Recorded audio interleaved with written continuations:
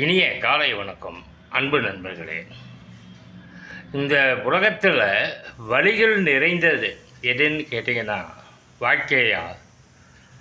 தோற்றுப்போனவனின் வாழ்க்கை. தோற்றுப்போனவன்னா நிறைய ஆசைகள், லட்சியங்கள், ஏக்கங்கள் இப்படியெல்லாம் வைத்துக்கொண்டு அதில் எதுவுமே நடைமுறை வாழ்க்கையில் நடக்காமல் முழுமையாக தோற்று போய் நிற்கிறான் பாருங்க. அவனுடைய வாழ்வியலும் அவனுடைய மனோநிலையும் அவனுடைய சகிப்புத்தன்மையும் கொடூரமானது.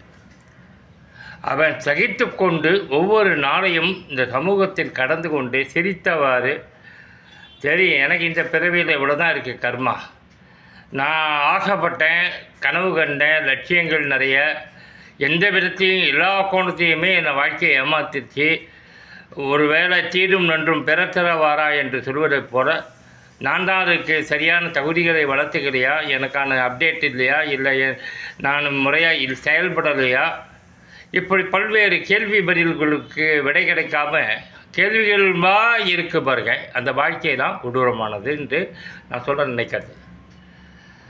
ஏன்னா எல்லாத்துக்கும் தீரணும் என்று பிறத்தரவாரா பொருந்தாது இல்லை, பொதுவாக பொருந்தும் மறுக்கலை. ஆக இங்கே தான் ரமண மகரிஷி தேவைப்படுறாரு. ரமண மகரிஷி தான் சொல்கிறாரு, உனக்கு விதிக்கப்பட்ட தயா கிடைக்கும். இப்போ இந்த நிமிஷம் இப்போ நான் 8:58 ஆகுது. இந்த 8:58க்கு இந்த வீடியோவை நான் பேசுகிறது கூட விதிக்கப்பட்டது. இந்த எண்ணம் உருவாகி உடனே இதை பற்றி பேசலாமே அப்படின்னு சொல்ல அந்த எண்ணம் உருவாவது கூட விதியின் செயலால் தான் என்று ரமண மகரிஷி சொல்கிறார். ஆக ஓவரால் சொல்ல வர்றது கண்டென்ட் இதுதான். நாம் தோற்று போகணுன்றது ஆசை கிடையாது. ஒரு 100% வாழ்க்கையில் ஆசைப்படுறோம் நிறைய விஷயங்கள்னால், அதை ஒரு 50% கிடைக்கும்போது அந்த மனிதன் ஓரளவுக்கு நிம்மதியாகிறான். 20% 10%லாம் வரும்போது கண்ணதாசன் பாடலை பாடி நிறைவு செய்ய வேண்டியிருக்கு. உனக்கும் கீழே உள்ளூர் கோடி நினைத்து பார்த்து நிம்மதி நாடி. அதுவும் கூட முகமது நபியோட ஒரு வார்த்தையும் சேர்த்துக்கலாம். இறைவன் கொடுக்க மறுப்பதை மனிதன் கொடுக்க முடியாது, இறைவன் கொடுக்க நினைப்பதை மனிதன் தடுக்க முடியாது.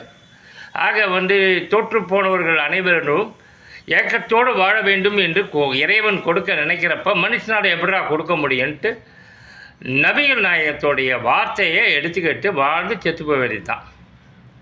இருப்பினும் முடிக்கும்போது ஒன்று சொல்கிறேன், ஆசையை விடவிட ஆனந்தம் பெருகும்.